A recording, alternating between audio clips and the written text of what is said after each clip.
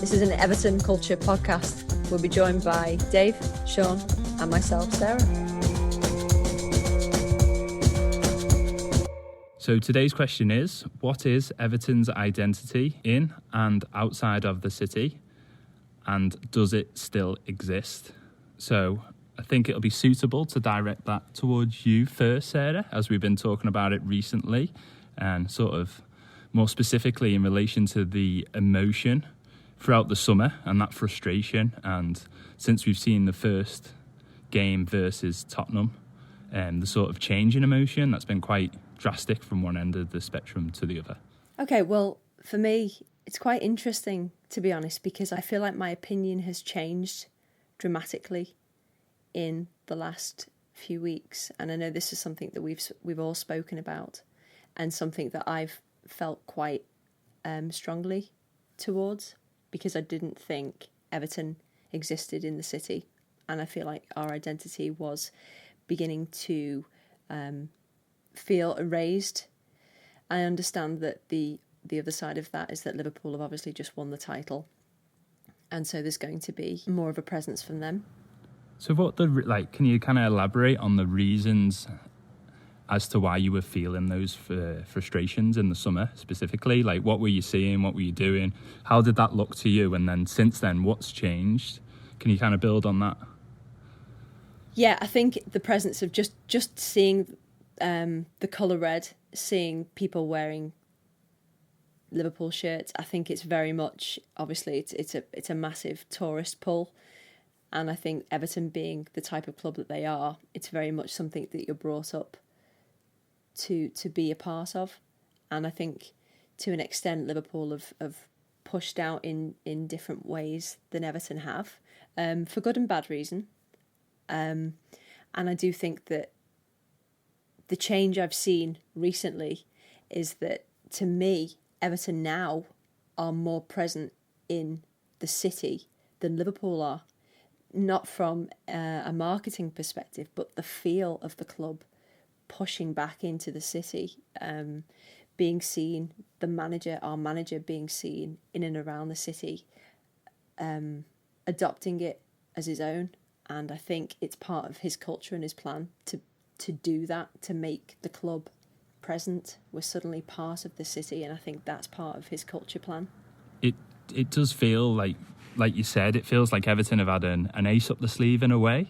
Prior to this, the signings, obviously they wanted to prioritise that and get that across the line first, before making any sort of announcements. And those signings have been the catalyst in the change that we see. Obviously today, looking back on hindsight, it's been a really intelligent sort of business move, not just within the city, but beyond. You look at New York, obviously Colombia, and even to the effect of them setting up Twitter accounts as well, in both sort of Spanish, correct me if I'm wrong here, you two, and also sort of Portuguese for the Brazilian market, which is really, really interesting to see how Everton are kind of going for this global appeal.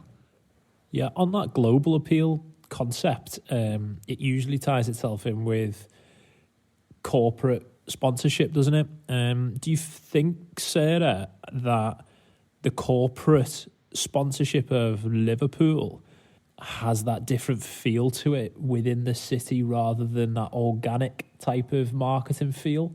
Everything that I experienced from looking at or looking into advertisements within the city, that Liverpool are doing it via Under Armour or New Balance or Nike, or the club's actually paying for it.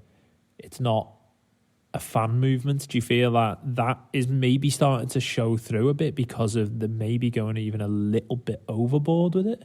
And I don't know whether that's something that you get from walking around the city, whereas maybe from just outside the city in Manchester where I live, there's not really that outreach. It doesn't come this far. Obviously, two major football clubs here have got their own marketing strategies, and you very rarely will ever, if any time see anything other than City or Manchester United, but it's interesting to see whether a very big and successful commercial club like Liverpool is maybe being undermined by its inability to focus it locally. Absolutely. I mean, you've just hit every nail on the head that I've thought about. I've not been able to. I've not been able to understand quite what I've felt about it, but I think because Everton have become more present over the last month or so within the city, there is more of a pure element to it. It feels more natural in the way that it's grown. And I think with Liverpool now, looking at the two next to each other, there's something a little bit crass and gregarious and fake about Liverpool and the way they do it. And I'm enjoying seeing Everton up against that. I'm finding it quite exciting to experience, actually. Whereas if you'd have asked me a few months ago, I'd have felt, why aren't we, pushing the way Liverpool are? Actually, now looking at it from on the surface, it seems crass. What are your thoughts on that from a marketing perspective? Do you find that it is? I mean, obviously we enjoy that now because we can see it from a different way. But do you feel the same thing? Yeah, I'm completely in agreement with the sort of crass undertones of Liverpool's marketing strategies. I wouldn't say it's particularly well equipped to attach itself to traditionalists. Maybe that's a problem, but I feel like maybe the younger generation will attach more to that branding, that focus around understanding that everything is maybe like with the influencer culture, everything goes through a platform.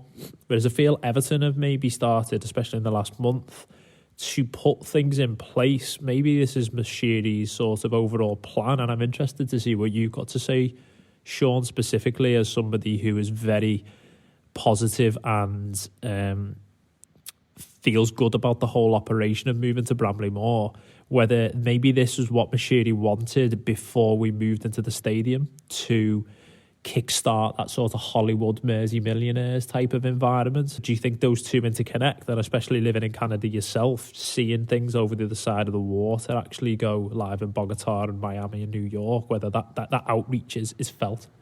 Yeah, it's an interesting one. Obviously, from the outside looking in from Canada, not necessarily it's ripple to hear so much. It's more me just observing, obviously, those Twitter accounts and amongst other things, like you alluded to there, the Bramley Moore doc, what's going on there, and also the Goodison Legacy project. And I know people have got their own opinions on our new CEO, Denise. However, I do think she is trying to instill the values of Everton being the people's club. That's always been kind of bobbing along and up and down over the years, in and out of the club. But with the work she done, obviously prior to her role as the CEO now of the whole club, she was obviously running the Everton in the Community project, and how successful that's been and how they're looking to instill that identity within the people of the city, which is always what Everton's been about. And now with that sort of marketing towards the new stadium, and obviously building on Goodison with the Legacy project, with houses and apartments that they're looking to put up, and sort of the wording on the website as well is like community-led retail. Not like, obviously on the flip side to that, and I'm not like hitting at Liverpool, but they are sort of buying up the houses in Liverpool and demolishing them to make the ground bigger. But that's their plan. Whereas Everton are looking to take a derelict site in Bramley Moore. Okay, there's some hiccups in relation to longevity and the sort of sustainability of the ground and filling in the dock and those things. And some of that stuff's been unclear from even the Historic England website, from what I've read. They've been really vague, and they've turned it into some sort of political thing, from my opinion on the matter. But on the whole, when you look at the whole broad scope of the thing, what obviously Everton as a club are to do, and they're looking to regenerate, like it's been neglected, I'm going to say, North Liverpool in the past, and they're looking to build new houses, not demolish them, and then they're going to take a site that looks fantastic, World Heritage Site, and they're going to build a brand new state-of-the-art stadium and incorporate those features of that shoreline for Everton. And I think it'll be absolutely amazing, and it'll really put us on the map and really hone in on our identity in the city. And I know we've discussed, Sarah, quickly before I pass back to you, sort of those marketing strategies, specifically with Liverpool, as Dave's talked about, in relation to like Under Armour and things. It's got those capitalist North American undertones in, which is fine. They're owned by one of the most successful franchises in North America, in Boston, with the FSG Group, which is that's their model. But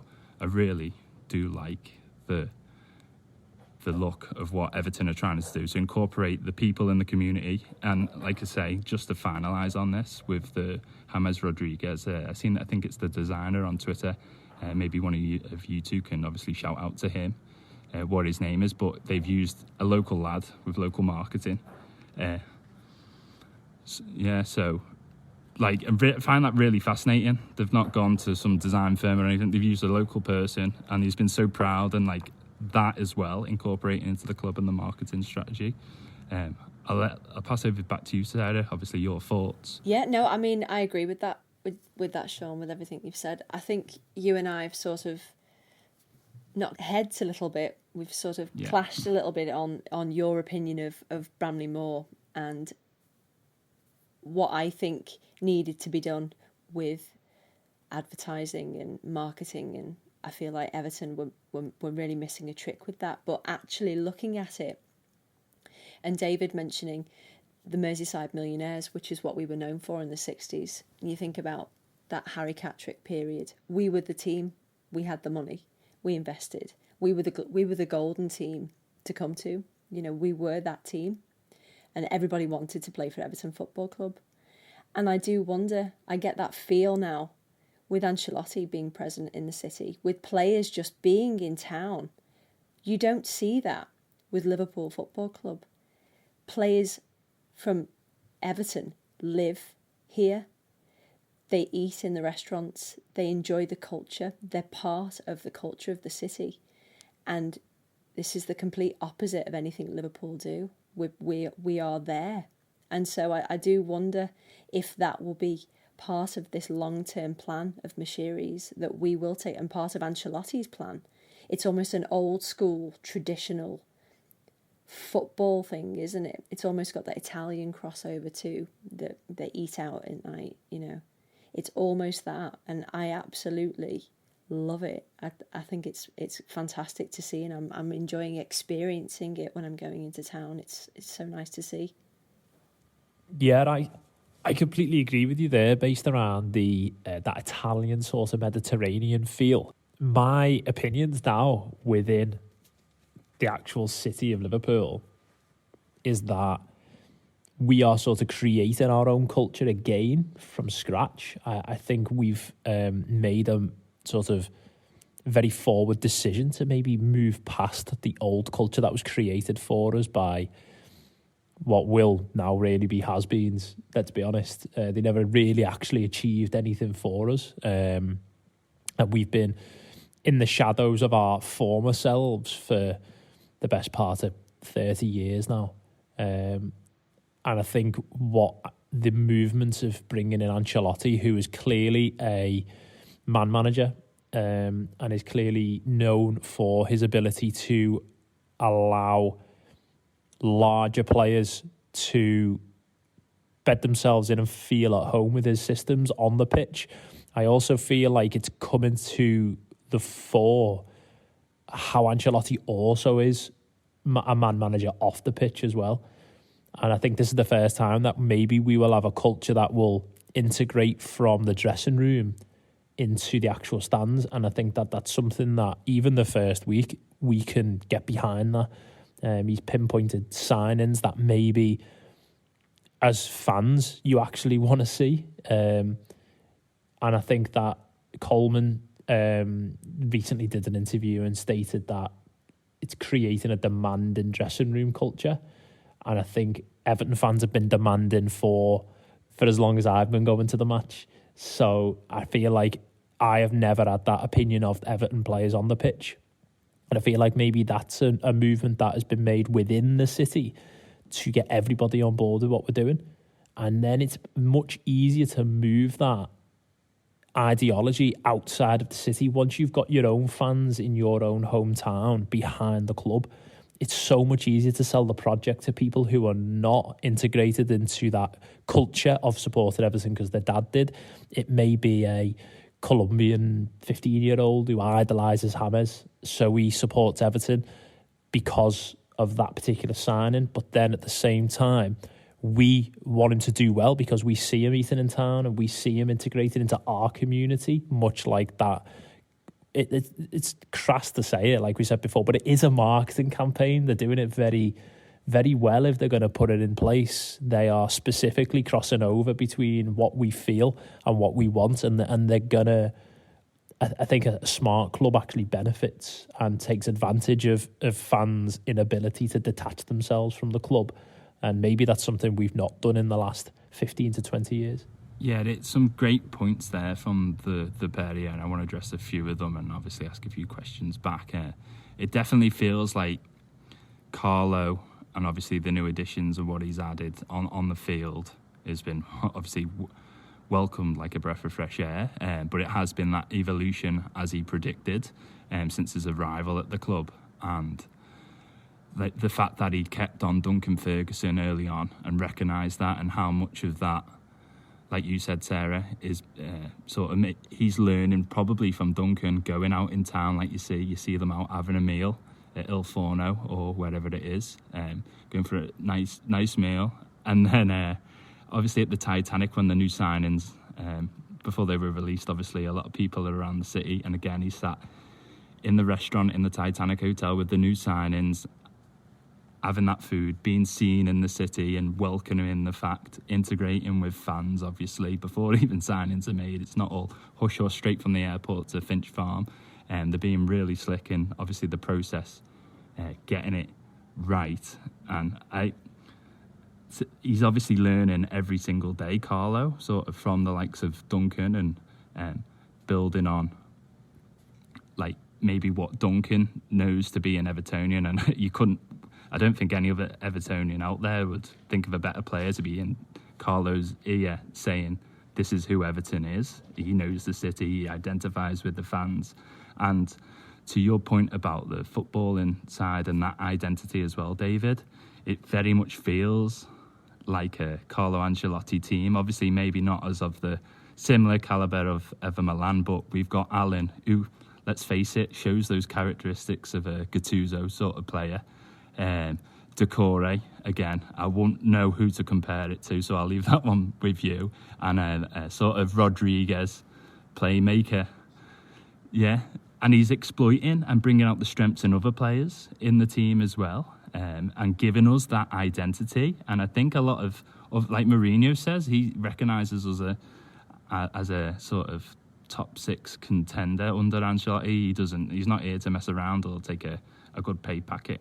And I wonder I know it's only been one game, but it's going to be so exciting and much needed for Evertonians this season, building on from that and with that identity and watching it grow.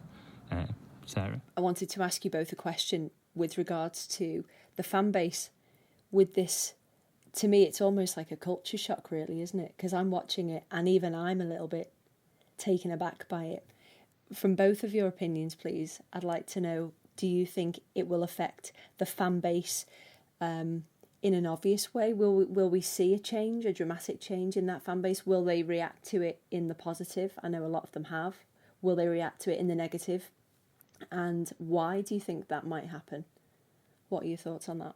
I genuinely think another couple of wins and this culture change at the club creates this springboard effect that we've been waiting for 25 years. I genuinely believe that if we can back up with performances, that it will instill a change in the fans.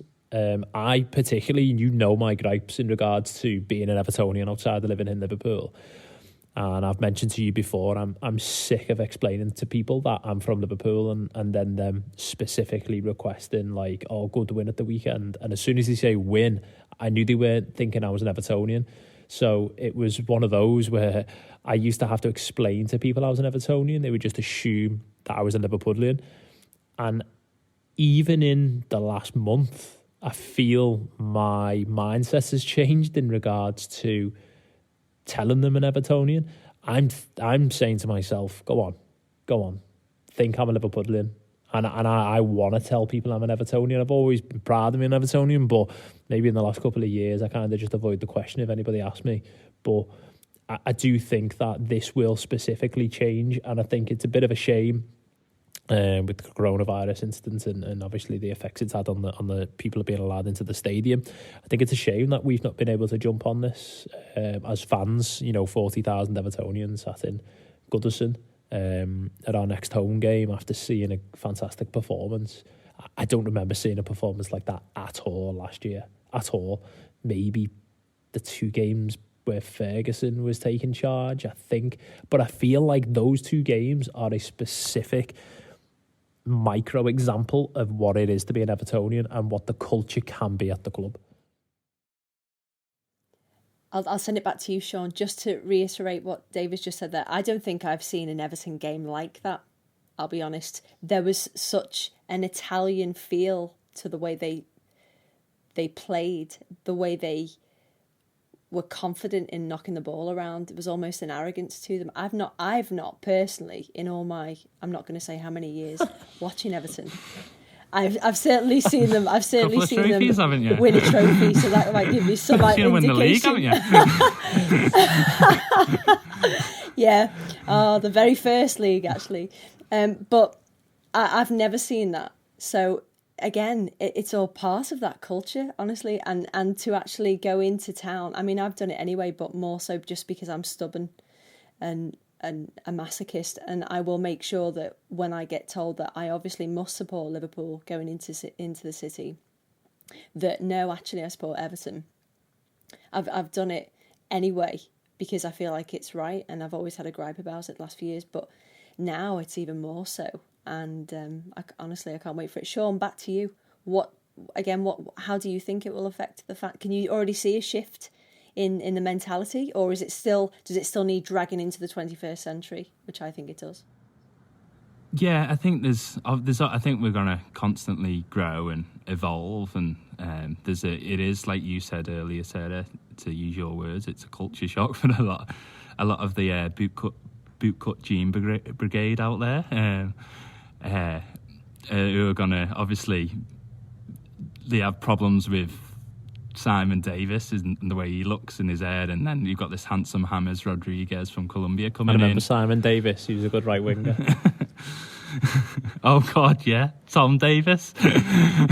Shows how long I've been in Canada. 2 years, haven't I? And already Sean's been in Canada God. Since we had Alex Nyarko. I wish. Anyway, sorry, Simon will be devastated. Tom, if you're listening, lad, I apologise. And Simon, yeah. He didn't look Simon's too dissimilar. Simon's a good-looking lad. Tom could be Simon. They got the same sort of hair, haven't they? That curly, just different colours. That Welsh curl, isn't it? Yeah. Anyway, but yeah, to answer your point, Sarah, it's been a big culture shock, and I think on some of the players in the team as well. I know we talked about this on the previous pod, sort of what impact that's had on the players, and it's these new players have set a sort of standard and an expectation, and these new players also highlighted where everyone else is at. Even at Richarlison, we can see that he's not quite fully there yet from the last game. He could have had a bag of goals, really, I thought. And I think he will get there as time goes on. But with Rodriguez and this benchmark of a class in Allen and experience, that's where everyone needs to be now. And it sends a clear message to the team and to the fans. And I think it's really give the fans a lot of optimism, and I just hope as the season goes on that we can keep players fit, obviously, specifically Decore and Allen, to keep that identity in the team. And I think we've seen already in Gomez, very briefly, it's kind of bringing out the best in him, being around these players as well. David, I don't know if you want to add, and Sarah, on any other sort of playing style. Yeah, so I think we're kind of all in agreement then that it's actually, even though some sort of fans feel you create your own atmosphere and you create your own culture and environment, are we in the agreement that it's actually sort of deeply rooted in the squad? And if the squad are performing, and maybe there's that connection between Ferguson and I'll go as far as saying David Unsworth and John Eberl and Franny Jeffers, all the players at the club. If it comes across right, it can work. But if it's not working, it's very bad. So just feel like it's kind of like it's like Everton Football Club's like a recovering schizophrenic, that it's either incredibly one-sided on this side or it's incredibly difficult on the other side. Are we in agreement that it is very much one or the other? There's no kind of middle point I for agree with that. Evertonians. I also think what you've just said there, I think it's actually, although we do have Liverpudlians, we've got Scousers, born and bred within the club, Evertonians, and I think it's actually taken an Italian to make them realise what it means to be a Scouser and working for the club and within the club. I think it's actually taken that to maybe to make them understand and appreciate it.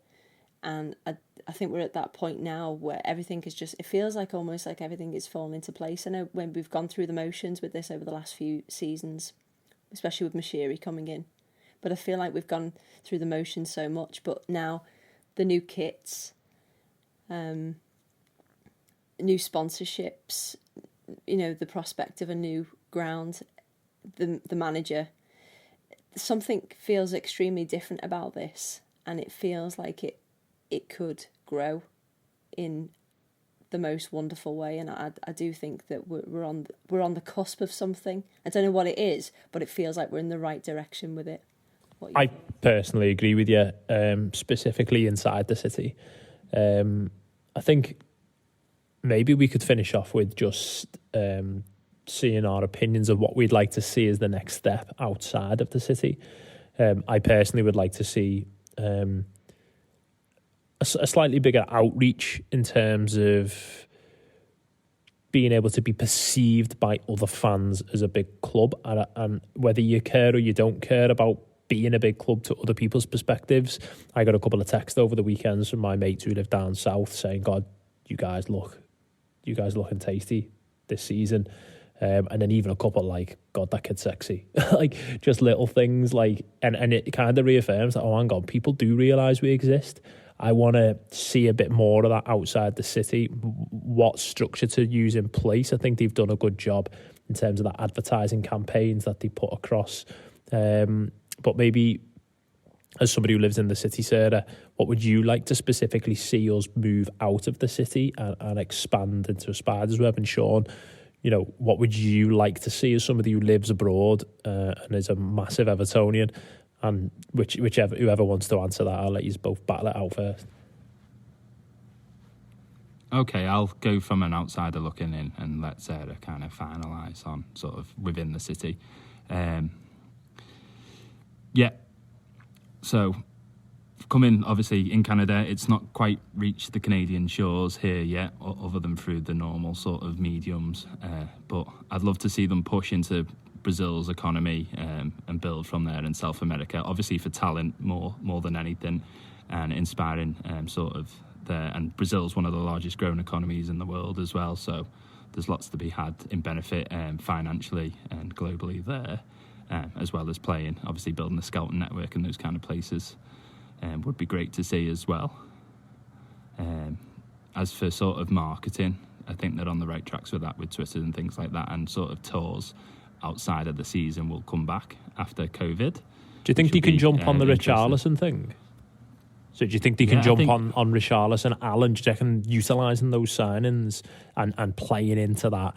Richarlison's very socially aware, isn't he, back home? Do you feel like that because you've been to Brazil, Sean, so I'm interested in your opinion on that, because that's a big thing. I find Richarlison is a Brazilian scouser. Like he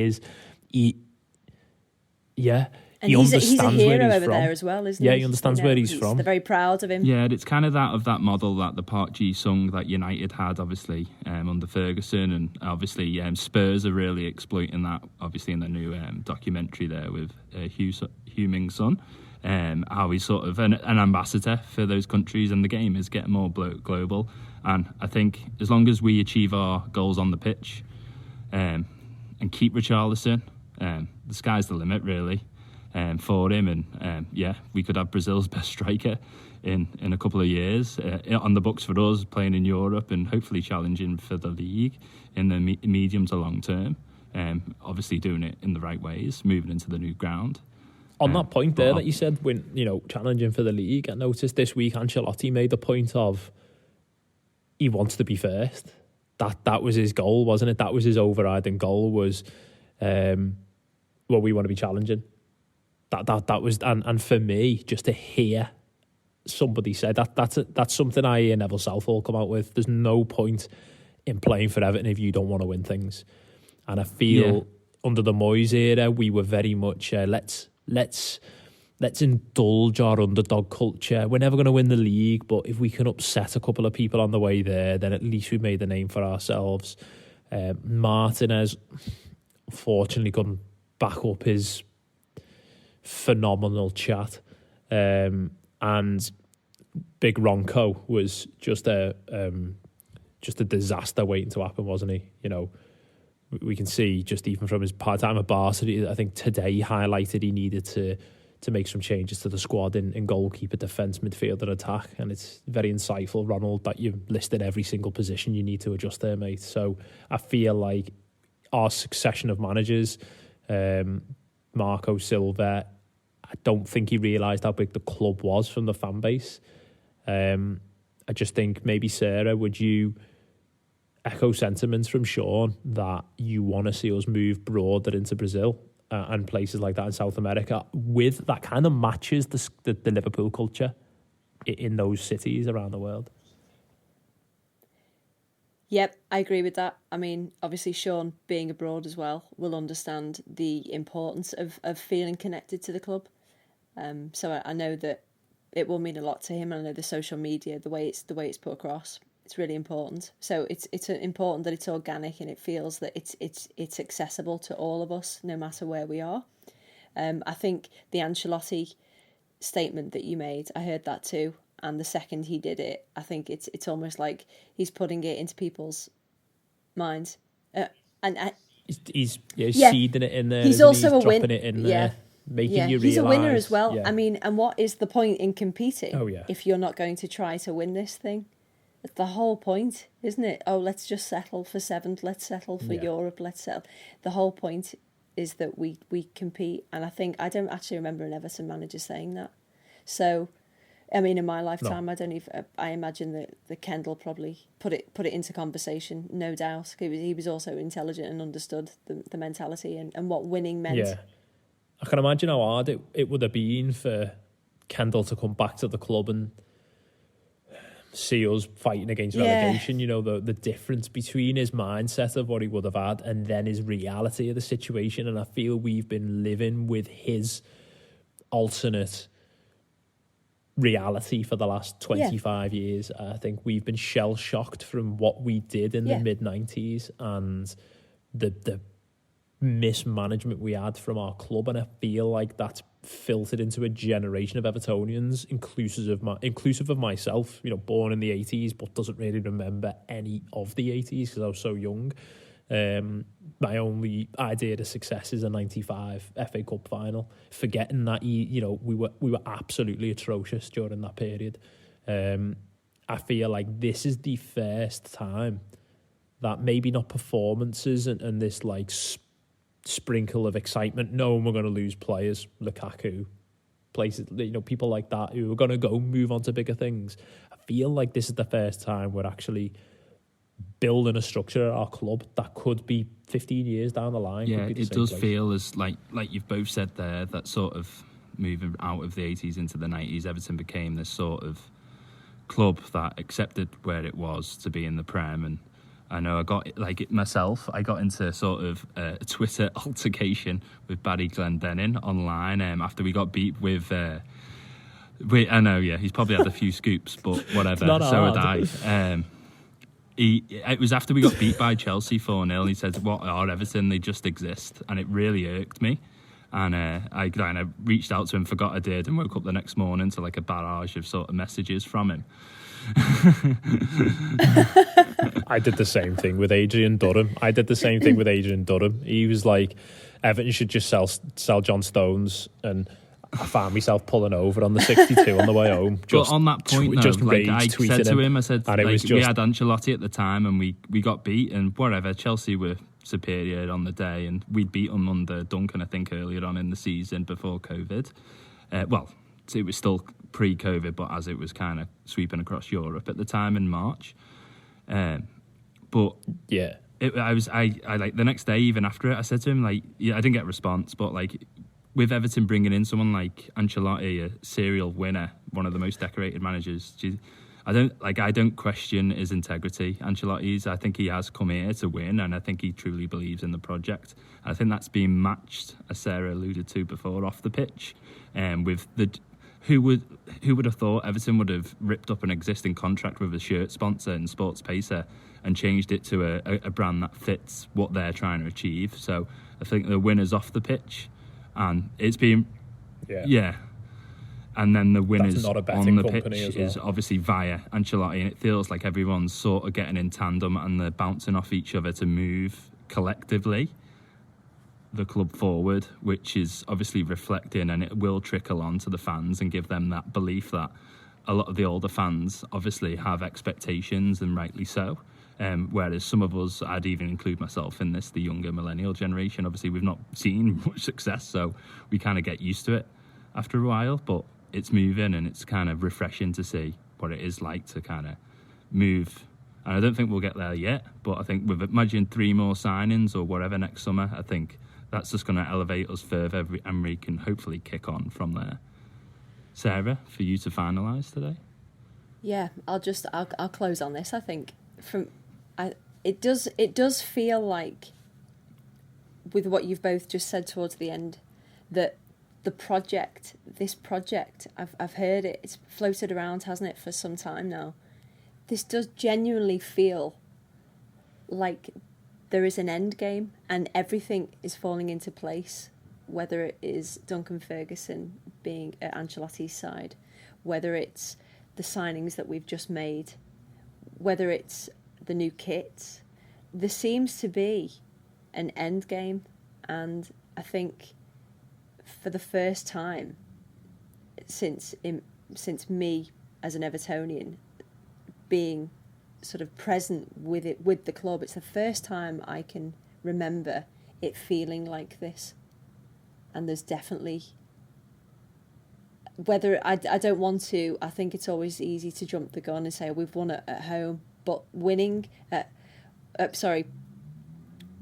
away, beating Spurs might not seem that significant, but to us, to win away to that club is a massive thing, because I think the stats show it, don't they? Yeah, with the manager, with Jose Mourinho as well. Yeah, regardless of anything, point, isn't it? It is easy to get caught up in it, because I think it is a big thing. So there's something quite different about it, and let's see what the season brings. Yeah, Sarah, I completely agree with what you're saying. I think to take away from this really is that we have a plan, it seems, that actually could work. And I feel like fans now logging into social media are, for the first time in a very long time, looking forward to opening their social media accounts and reading about Everton. Subscribing to named outlets of media. I think this week I've read more positive articles about Everton than I have in the last maybe 3-4 years since Merseyside actually bought the club. So my final thought really on the matter is just, it's a very positive time. It's completely it's a flip from my opinions a month ago. And to be honest with you, I don't really know what to do with my hands because I'm so excited about it. So I don't know what to do. Don't know where to look. I don't know who to talk to about these things. So this is why I've got you guys to discuss them with.